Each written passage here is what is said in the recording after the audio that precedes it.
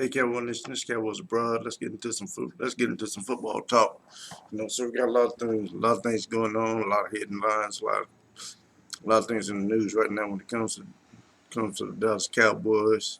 As usual, as usual, the Cowboys don't fall short of drama. At the end of the day, at the end of the day, the biggest topics of conversation have been beat to death. The contract of Dak, the contract of Dak, and the contract of Amari Cooper, and potentially letting Byron Jones walk. And then there's some conversations that we've all known, like the Cowboys need a cornerback, the Cowboys need a safety. That's not new news to us. We've been knowing that for a long time now. Um, dive into it. Dive into it real quick, real briefly. My position on Dak is not. My position on Dak has not changed. Has not changed at all. I still think that we should pay the man pronto, get it done, and we should get it done ahead of the March 12th deadline, and utilize that, and and then we can utilize the franchise tag in order to franchise Amari Cooper. Amari Cooper is an elite receiver. Is an elite receiver. Put up respectable numbers. Put up respectable numbers. The thing is, there were times where he disappeared. There were times where he was injured. I would say roll with another year franchise tag. Roll with another year on the franchise tag with Amari Cooper, and and then if he balls out, pay the man. But I don't see any reason why Amari can't roll with the why Amari can't roll with the franchise tag. That would mean we need to get the job done with Dak. Um, and that's pretty much what I'm going. I don't really want to say too. I don't really want to say too much because these topics have been talked about to death. Dak's value, how much is worth, and all that kind of stuff. It's debatable. But I say it like this. I say it like this. If I was an electrician, I was an electrician. I was working for a company, and the going rate for that job was $35 an hour, right? Working for this electrical company, and then they came in here and they said, and they came in here and they said to me, I want to guarantee your salary right now for $35 an hour over the next 5 years. Over the next 5 years, there'll be no pay. There'll be no pay raises. There'll be no pay raises. No incentive pays. No bonus pays. None of that stuff. Straight up $35 an hour over the next 5 years. And I knew that the value of an electrician and for experience and knowledge that it gains over the course of time, over the next 5 years, electricians are going to be making uh, $40 an hour, $45 an hour, due to the increased value and experience and knowledge gain and straight up market value and demand for electricians over the next 5 years.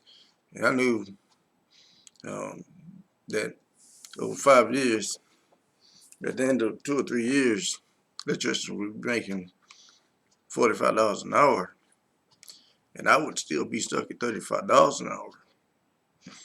And I knew that going in. Maybe I wouldn't be so quick to lock in or freeze my salary at $35 an hour for the next 5 years when I know that maybe if I did that for 2 years, when I came back to the table, I could make $45 an hour instead of 35. So either one or two things. Either I'm going to real short time time frame at this $35 an hour to get myself to compete for the $45, $50 an hour over the next 4 or 5 years that electricians will be making that. Then, or if I did a long-term deal, maybe I say, yeah, I know electricians, by the time this thing is over, 4 or 5 year mark, electricians are going to be making $50, $55 an hour. But I tell you what, just give me $40. Just give me $40 an hour over the next 5 years, and we'll call it. That'll bring me a little bit more close to the average pay that I would receive over the next 5 years. Right? That might be smart business. So, and I say all that to say, that might be what's going on. That might be what's going on right now. Do you want to freeze your pay? Do you want to freeze your pay at current prices today? Knowing full well that you're not going to get more than that over the next 4 or 5 years? Or do you want a little bit more? To balance out over the years, to get you a little bit more close to an average salary that you would normally be making over those 5 years. That's just stuff. I don't know. Had no idea. But that's just thought and one principle to take a look at. And I'm gonna move away from that. Now, March 12th is the deadline. Is the deadline that the Cowboys either got a franchise tag the QB, or have a deal done, or let the man compete in open market. I mean, we'll find out what happens. We'll watch. We'll see what happens. But at the end of the day, if Dak Prescott had to play under a franchise tag, that would not be a viable solution. I wouldn't think, for a player. But you got to keep in mind, an exclusive franchise tag would pay Dak about $33 million. Consider you played last year for $2 million. For $2 million, that would be 15, 16, about 16 times his current salary. So definitely no money to laugh at.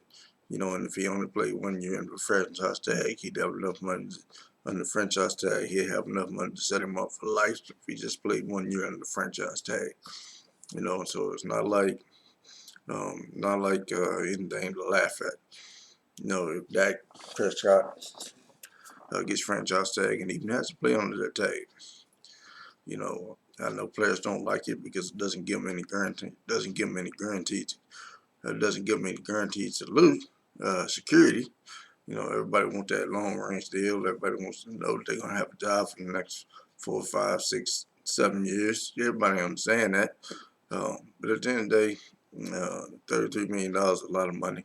Enough to set Dak up for a lifetime. Even if you play a year under that tag, shouldn't be a real big deal.